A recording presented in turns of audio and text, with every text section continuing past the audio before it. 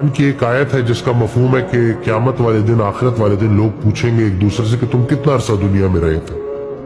तो कोई बोलेगा कि एक दोपहर, कोई बोलेगा एक शाम।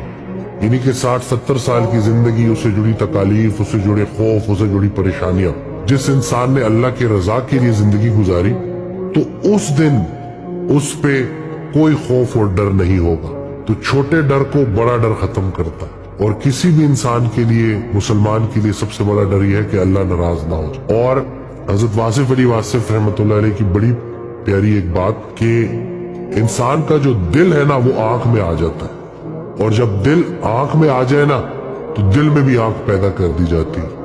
वो खामोश चेहरे पढ़ना शुरू कर देता है, वो लोगों के काम आना शुरू कर देता है। उसको ये बात समझ लगती है कि भाई मैंने अल्लाह से सारा दिन कुछ मांगते नहीं रहना, अल्लाह के लिए मैंने बड़ा कुछ करना है। कामयाबी ये थोड़ी है कि इंसान हासिल करता जाए, असल कामयाबी ये है कि जो भी हासिल किया उसको खुशी खुशी तकसीम करता जाए।